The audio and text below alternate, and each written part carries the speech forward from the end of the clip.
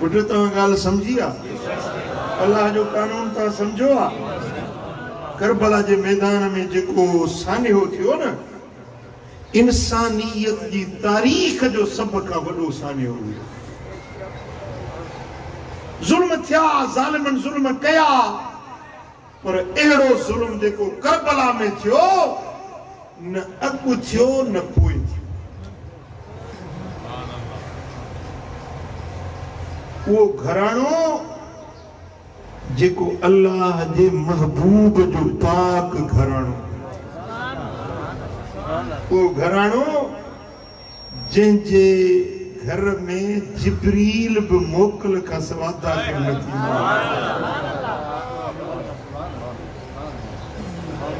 यो घराणो हजरत इब्राहीम अलैहिस्सलाम जी ज़ुर्रियत हुई। सुभान अल्लाह। अबुल अंबिया हजरत इब्राहीम जो घराणो हो।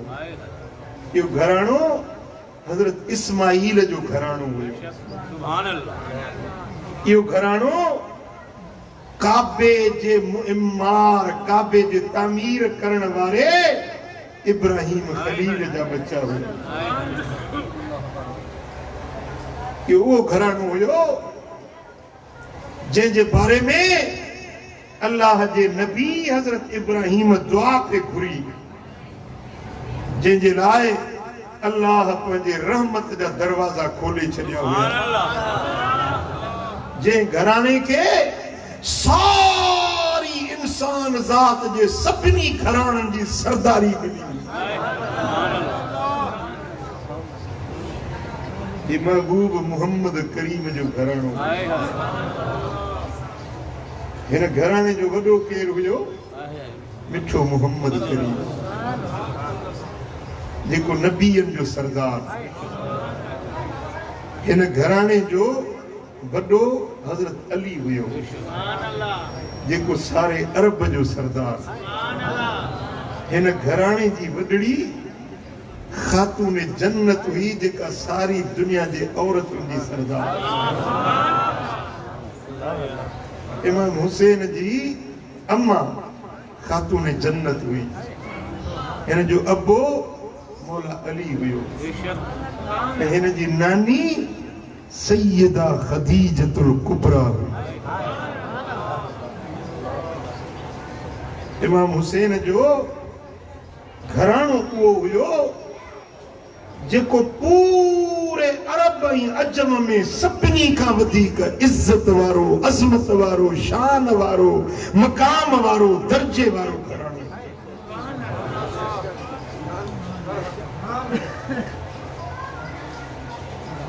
हिन घराणे खे अल्लाह तबारक व तआला जल्ल शानहू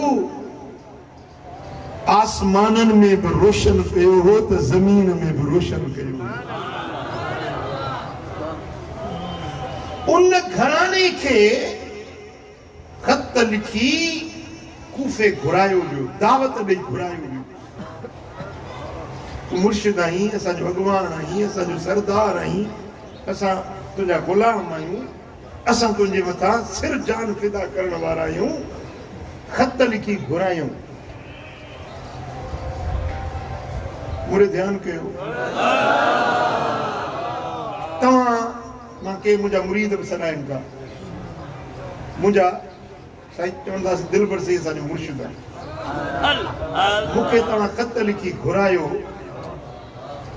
ख़त लिखो, न्यापा मोकिलियो, कासिद मोकिलियो, साईं मुर्शिद हली आ, असांजा बच्चा, असांजो घर, असां सभु तुंहिंजे लाइ हाज़िर आहियूं, असांजो सिर बि तुंहिंजो कुर्बान आहे।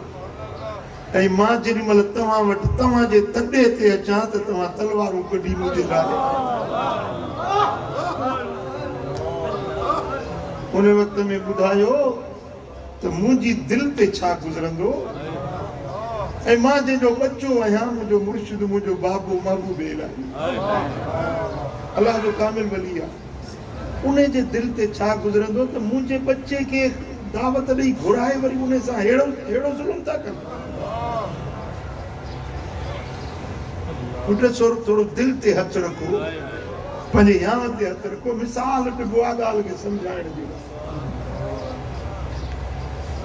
जेॾीमहिल हज़रत इमाम हुसैन खे ख़त लिखी कूफे घुरायो वियो ऐं पाण पंहिंजे वञण खां अॻु में पंहिंजे सौट इमाम मुस्लिम खे मोकिलियो त भला हीउ ॾिसो त हीउ ख़त लिखण वारा सचा आहिनि कूड़ा आहिनि पहिरीं हिननि खे ॾिसूं त सही आज़माए त ॾिसूं इमाम मुस्लिम जेॾी महिल आयो त 80,000 माण्हुनि बेअत कई चई असांजो सिर्फ़ु हाज़िर इमाम हुसैन जो 80,000 माण्हू वरी जेॾी महिल कूफे जो गवर्नर मटियो ज़ालिम इब्न ज़ियाद कूफे जो गवर्नर थियो तो वो 80,000 मंझां बाक़ी 30,000 बचा इमाम मुस्लिम जेॾी महिल सिजल ते जी नमाज़ पढ़ाई त 30,000 मंझां सिर्फ़ 30 माण्हू बचा जेॾी महिल सलाम वरायूं तो उहे 30 मंझां 3 बचा जेॾी महिल कूफे जी गली में रात जे ऊंदाही में इमाम मुस्लिम हलण लॻा तो उहे 3 बि ऊंदाही जो आसरो वठी उहे 3 ॼणा भॼा मोहम्मद करीम जो बच्चो कूफे में हिकिड़ो तनहा रहिजी हेड़ो ज़ुल्म तारीख़ में किथे न आहे इमाम मुस्लिम लिखियो त 80,000 माण्हू बेअत थी चुका आहिनि तव्हां अचो इमाम हुसैन मक्को मदीनो छॾे मके आयो मक्को छॾे कूफे ॾे निकितो ऐं ॿिहारा हुया जो दुनिया जा माण्हू एराम ॿधी लब्बैक अल्लाहुम्मा लब्बैक पढ़ंदा हज जे लाइ मके में अचनि पिया इमाम हुसैन मके खे छॾे कूफे ॾे वञे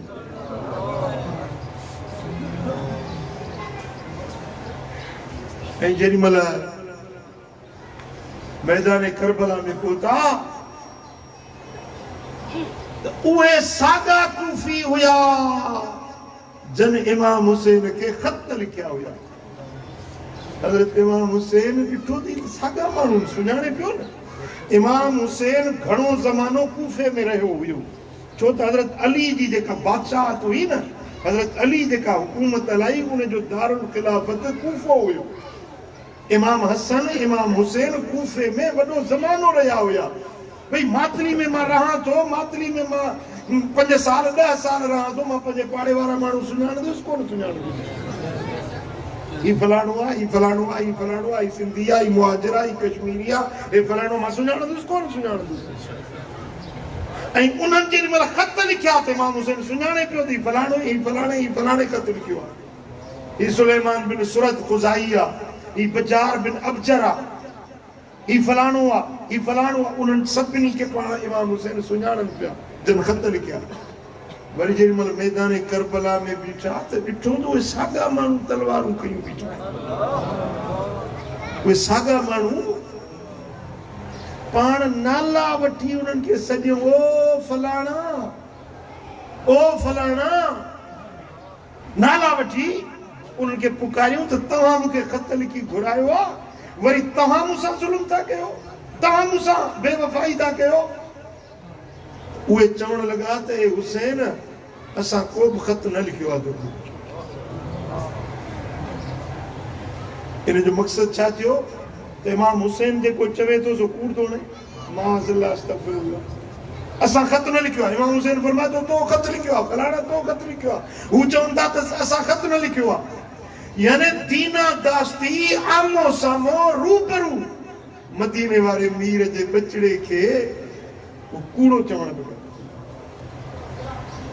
सैयदना इमाम हुसैन ये लफ्ज़ फरमाया त मां जॾां कुर अख खोली आहे मूं कॾहिं कूड़ न ॻाल्हायो फातिमा जो बच्चो कॾहिं कूड़ न ॻाल्हाईंदो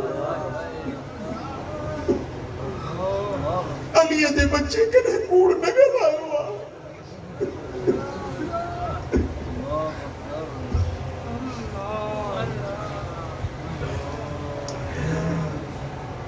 तव्हां ख़त लिखिया आहिनि मुंहिंजे काफ़िले में मुंहिंजे खुर्चीनुनि में तव्हांजा ख़त मौजूदु ऐं अॼु तव्हां इनकारी थी विया आहियो अॼु तव्हां मूंखे कूड़ो करार ॾियो था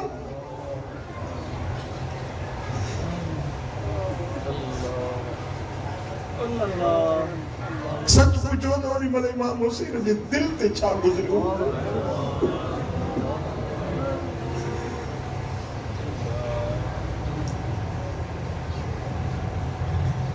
चो सल्लल्लाहु अलैहि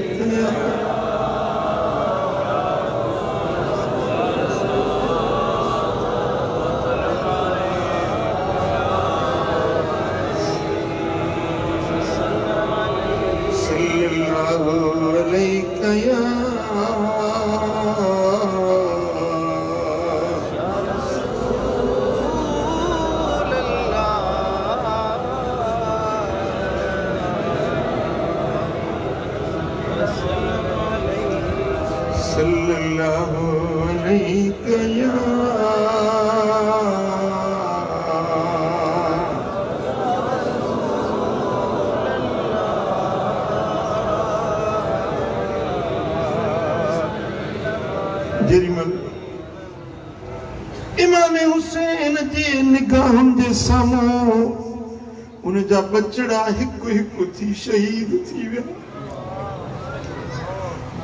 नंढड़ो मासूम अली असगर शहीद थी वियो।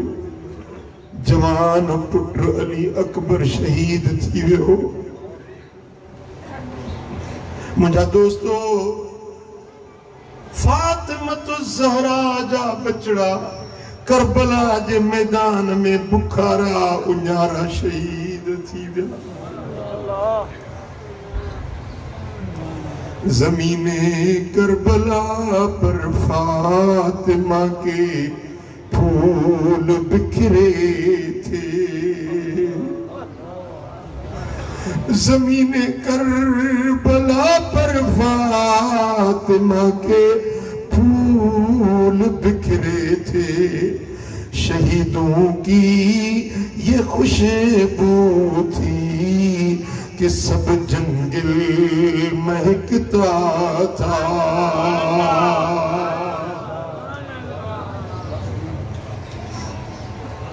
रात गुजरी गई। नबी जा बचड़ा दही मुहर्रम ते करबला में कुस जीविया। रात नबी जे बचन जी कूफे जे करबला जे मैदान में नबी जे न्यायन के कैद करे रखियो वियो। व अम्मा बक़ियतु अहलिही व निसाउहु व हरमुहु फ़इन्न उमर इब्न सअदिन वक्कल बिहिम मन यहरुसुहुम।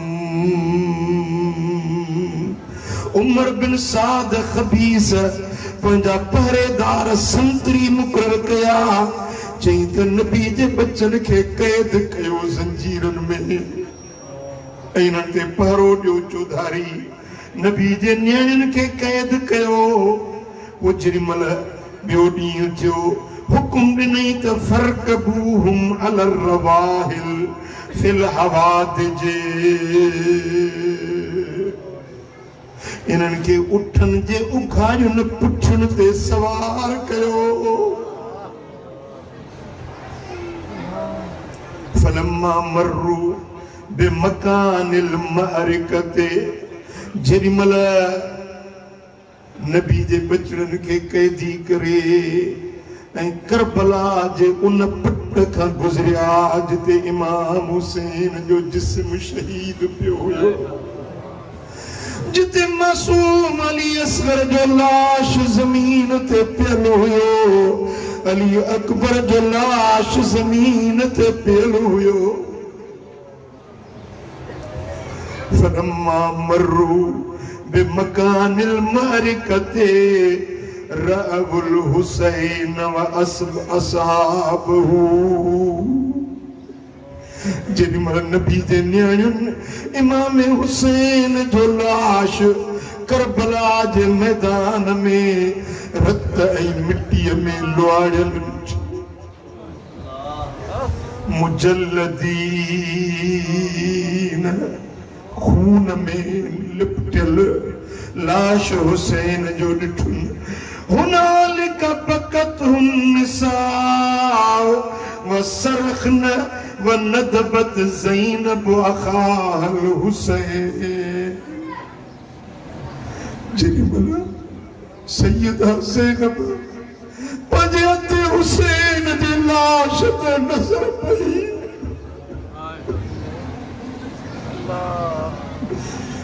जेॾीमहिल बीबी ज़ैनब हुसैन जी पंहिंजी लाश हुसैन ते नज़र पई फ़क़ालत वही तबकी साइण रोए भी पई ऐं हिकिड़ा लफ़्ज़ चयई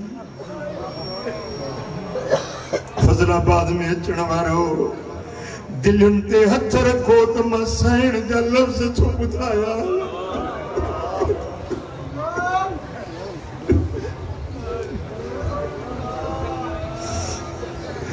मुझे मोहम्मद जी न्याणी मुझे अली सोने जी न्याणी बीबी फातिमा ज़हरा जी न्याणी जेॾीमहिल पंहिंजे भाउ जे लाश खे इन हाल में ॾिठी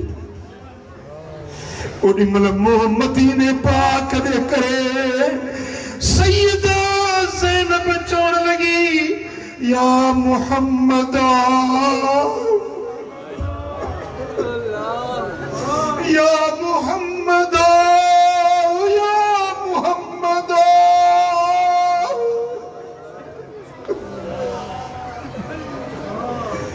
सल्ला अलैका मलाइकतुल्लाह